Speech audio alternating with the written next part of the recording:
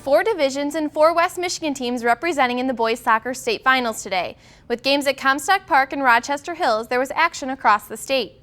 Division 1, East Kentwood taking on Troy Athens, and with things square at 2 in the shootout, Samuel Esquivel capitalizes for the Falcons. East Kentwood wins Division 1 state final 3-2 on PKs. Over to Division 2, Matawan squaring up with Dearborn Divine Child. After Falcons miss in a shootout, Wildcats with a chance to win, and it's Jared Hagman who banks it off the post. Matawan wins it in penalty kicks 4-3. To Division 3, Grand Rapids Catholic Central facing off against Flint Powers Catholic. First half, Langston Cooper on the right side, the centering pass finds Jim O'Neill. He scores on the one-timer. That was the lone goal of the game as the Cougars captured the Division 3 state title 1-0. On to Division 4, Muskegon Catholic Central looking to top Genesee Christian. Late first, Caleb Dupree, the beautiful finish, his second goal of the game. Genesee Christian shuts out the Crusaders 3-0, taking home the crown. Michigan International Speedway is a place where spectators are used to the smell of burning rubber, but today it was transformed into a track for cross-country state finals, and burning rubber was replaced with kicked-up dust. We'll start in Division 1, Maggie Farrell of Battle Creek Lakeview holding the number 1 by winning the individual title, while also leading her team to a 6th place finish, the highest local finish for girls D1 race. The best local team on the boys' side was Caledonia in 8th. On to Division 2, Kayla Windemoller of Holland Christian was the overall individual state champion.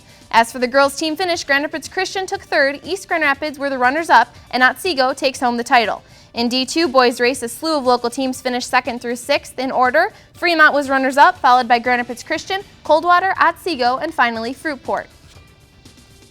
Division 3, Saugatuck claimed the boys' team title in the school's first year in D3. Meanwhile, in the girls' race, Saugatuck took 4th for the highest local finish. Division 4, on the boys' side, no one could catch Carl Lee Simful of Cass City as he took home the individual crown. Meanwhile, led by Bryce Thielens, 7th place finish, he's there in the blue singlet in the middle of your screen. Pewamo Westphalia earned the team title. For the girls, that's Ava Strange of Battle Creek St. Philip, the individual winner. Bailey McConnell of Mount Pleasant Sacred Heart was the runner-up. But her finish helped the Irish capture the team state championship. Pewamo Westphalia was runners-up. Round 2 of the MHSAA High School Football Playoffs continue today. Divisions 5, 6, 7, and 8 are the features as far as local teams in play. In Division 5, Muskegon Oak Ridge went on to face the Yellow Jackets in Ithaca. The Yellow Jackets topped the Eagles with a 47-6 final. On to Division 6, Kent City on the road at Ravenna. Third quarter, Kent City really needing a score, and they would get one. John Meek, play action, finds Cody Bowers for the 17-yard touchdown that made it 27 Ravenna. Over to the fourth quarter, the Eagles desperate to try and get something going, but it was not on this play, folks. Zach McCleary with the big-time sack, and things were just not going Kent City's way. Eagles again trying to make a play, but the defense would not let up. Matt Marin and McCleary on the quarterback coverage. Ravenna takes this one 20-7.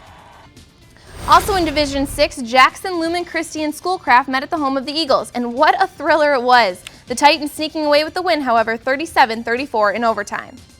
On to Division 7 now, Saugatuck squaring off with Pewamo Westphalia, both teams going into the game unbeaten. Second quarter, 4th and 8, Jackson Shriver drops back and finds Blake Dunn for the 20-yard catch. Saugatuck comes within 5.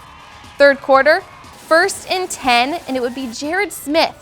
He gets the pitch from Jimmy Lehman, who picks up some nice blocks, and he charges into the end zone. Pewamo Westphalia goes on to win 25-19. They play next Saturday at 1 p.m. against Traverse City. And in Division 8, Muskegon Catholic Central hoping to move past Beale City. First quarter, Cameron Martinez fakes the handoff, somehow comes loose from the tackle and finds the end zone 14 yards later. Muskegon Catholic Central brings the lead to 14-0 at that point. Second quarter, Trenton Boreau. He would roll out, flips the pass out to Latami Scott, who cuts back inside on the sideline and races for 65 yards into the end zone. It was all Muskegon Catholic Central in this one as they won big 42-0. They look to take on Frankfort next week. Over to some Big Ten action. The number 3 ranked Wolverines faced off against Maryland this afternoon, and it was all Michigan. First quarter, Wilton Spate looks downfield and finds Amara Darboe wide open in the end zone. Michigan just rolls over Maryland 59-3. Michigan State took on Illinois today on the road. Let's go straight to the fourth quarter. Damian Terry, he scrambles, fakes the throw, and then finds R.J. Shelton, who manages to stay in bounds. Unbelievable. MSU leads 27-24. But Illinois answered. Jeff George Jr. connects with Sam Mays in the end zone for a 16-yard touchdown pass. And Illinois would go on to win this one 31-27. Brian Kelly and his Notre Dame Fighting Irish searching for a second straight win, taking on Navy in Jacksonville today. To the third, Navy held the lead 21-17. Deshaun Kaiser hits Equanimous St. Brown, breaks the tackle, races to the pylon, hurdles, flips, and scores. Fighting Irish grabbed a 24-21 lead. Then in the fourth, Will Worth, under center, goes around the right edge and breaks the plane for the game-winning touchdown. Navy tops Notre Dame 28-27.